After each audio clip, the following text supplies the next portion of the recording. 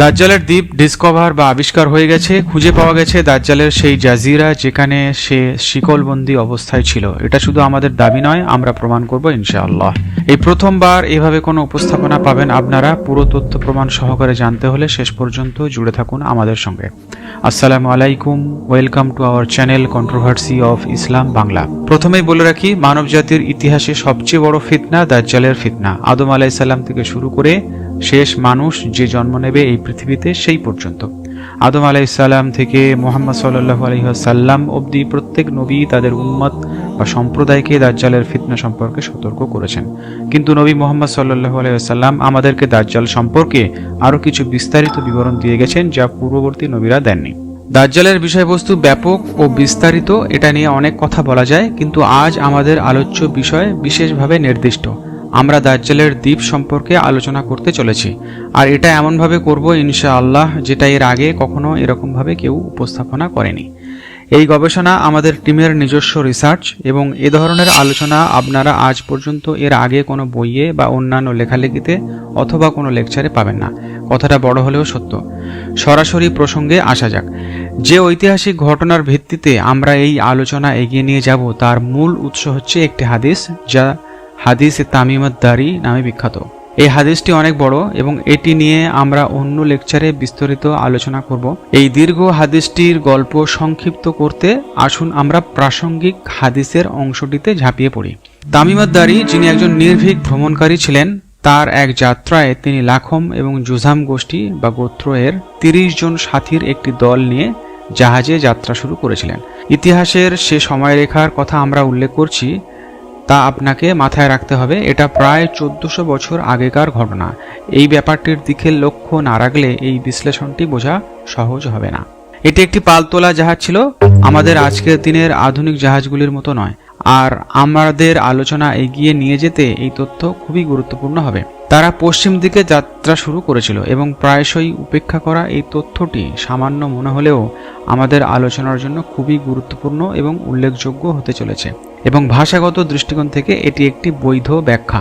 তারা 1 মাস সমুদ্র জলপথে ছিল, অতঃপর তারা একটি দ্বীপে পৌঁছায়।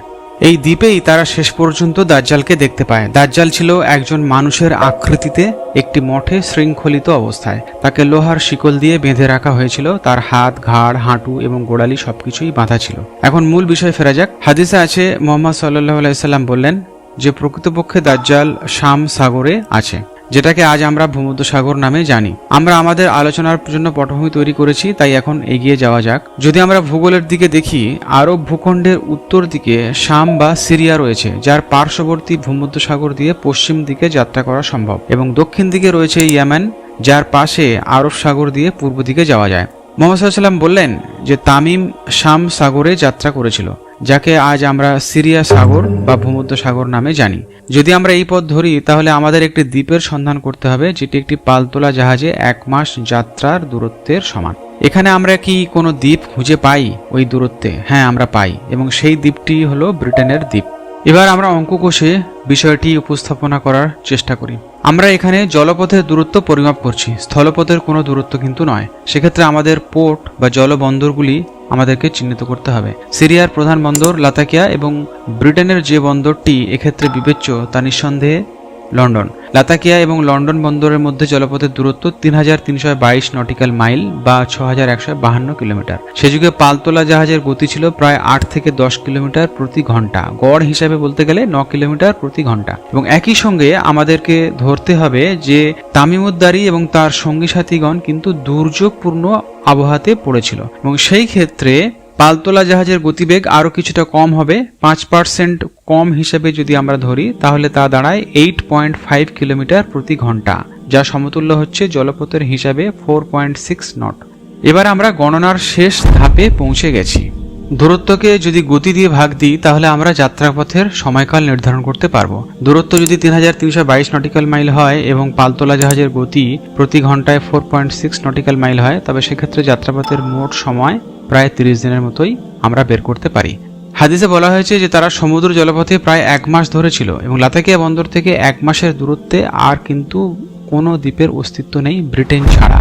অন্যান্য দ্বীপ হয় কাছে অথবা অনেকটাই দূরে। দাজ্জালের দ্বীপের সন্ধান পাওয়া গেছে এবং এটি নিঃসন্দেহে ব্রিটেন, তা আমরা প্রমাণ করতে সক্ষম হলাম। আমরা এই দাবিটিকে অন্য আরো একটি অ্যানালিসিসের মাধ্যমে পরবর্তী এক ভিডিওতে প্রমাণ করব ইনশাআল্লাহ। এই আলোচনাটি আপনাদের বড় মনে হতে পারে, কিন্তু আসলে এটি ছিল একটি সংক্ষিপ্ত আলোচনা।